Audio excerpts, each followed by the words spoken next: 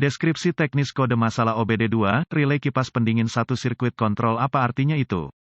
Ini adalah kode masalah diagnostik powertrain generik (DTC), yang artinya mencakup semua merek model 1996 lebih baru. Namun, langkah pemecahan masalah tertentu akan bervariasi tergantung pada kendaraan. Jika lampu mesin periksa kendaraan Anda menyala dan setelah menarik kode, Anda menemukan P0480 ditampilkan. Jika mengacu pada sirkuit kipas pendingin engine, ini adalah kode umum yang berlaku untuk semua kendaraan OBD2 (onboard diagnostic). Saat Anda mengemudi, udara dalam jumlah yang cukup melewati radiator secara efektif mendinginkan mesin. Ketika Anda menghentikan mobil, tidak ada udara yang melewati radiator dan suhu mesin mulai meningkat. PCM, modul kontrol powertrain, merasakan peningkatan suhu engine melalui CTS, sensor suhu pendingin, yang terletak di dekat termostat. Ketika suhu mencapai sekitar 223 derajat F, nilainya tergantung pada merek, model, mesin. PCM akan memerintahkan relay kipas pendingin untuk menyalakan kipas. Itu dilakukan dengan memasok tanah ke relay. Ada masalah dalam sirkuit ini yang menyebabkan kipas gagal beroperasi sehingga engine menjadi terlalu panas saat duduk diam atau mengemudi dengan kecepatan lambat. Ketika PCM mencoba untuk mengaktifkan kipas dan merasakan perintah dan hasilnya tidak cocok, kode ditetapkan. Catatan, P0480 berbicara tentang rangkaian dasar, namun kode P0481 dan P0482 berhubungan dengan masalah yang sama dengan satu-satunya perbedaan adalah mereka berhubungan dengan relay kecepatan kipas yang berbeda. Gejala-gejala mungkin termasuk, periksa lampu engine, lampu indikator kerusakan, iluminasi dan kode P0480 diatur. Temperatur mesin akan naik ketika kendaraan berhenti dan idle. Penyebab potensial, penyebab DTC ini meliputi, relay kontrol kipas 1, relay kontrol harness terbuka atau korsleting sambungan listrik buruk, kipas pendingin rusak 1, sensor suhu pendingin rusak, kipas pendingin kipas harness terbuka atau korsleting sirkuit kipas buruk, sambungan listrik, kerusakan suhu udara, IAT, AC, saklar pemilih AC, sensor tekanan pendingin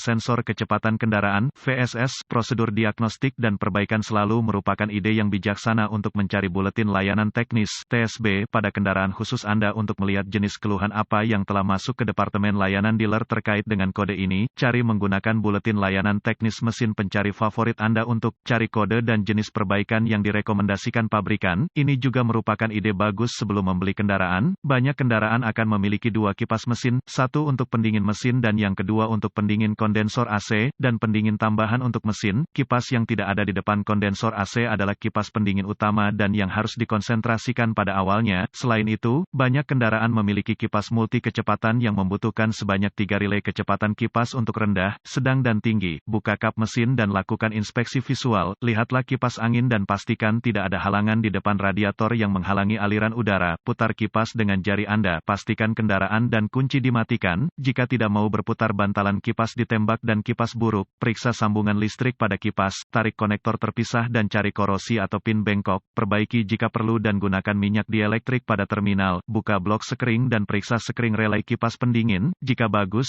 tarik keluar kipas pendingin. Bagian bawah tutup blok sekring biasanya akan menunjukkan penempatan. Tetapi jika tidak, lihat di manual pemilik. Fungsi PCM kendaraan adalah bertindak sebagai landasan untuk mengoperasikan komponen, bukan untuk memasok daya. Relay kipas tidak lain adalah saklar lampu jarak jauh. Kipas dan peralatan lainnya menarik arus listrik terlalu banyak untuk aman di kokpit, jadi disimpan di bawah kap. Catu daya konstan dari baterai terdapat pada terminal di masing-masing relay, yang ini menyalakan kipas saat sirkuit ditutup. Terminal yang diaktifkan akan menjadi panas hanya ketika kunci diaktifkan. Terminal negatif di sirkuit ini adalah yang digunakan ketika PCM ingin mengaktifkan relay dengan membumikannya. Lihatlah diagram sirkuit yang ditampilkan di sisi relay. Cari sirkuit buka dan tutup yang sederhana. Verifikasi terminal positif baterai di blok relay dengan daya konstan. Sisi yang berlawanan pergi ke kipas. Gunakan lampu tes untuk menemukan terminal panas. Lompat terminal baterai ke terminal harness kipas dan kipas akan beroperasi. Jika tidak, lepaskan koneksi kipas pada kipas dan gunakan ohmmeter untuk memeriksa kontinuitas antara sisi kipas dari terminal relay dan konektor pada kipas. Jika ada kontinuitas kipas buruk. Jika tidak, harness antara blok sekring dan kipas rusak. Jika kipas beroperasi, periksa relay. Lihatlah sisi relay untuk terminal daya yang diaktifkan atau cukup hidupkan kunci.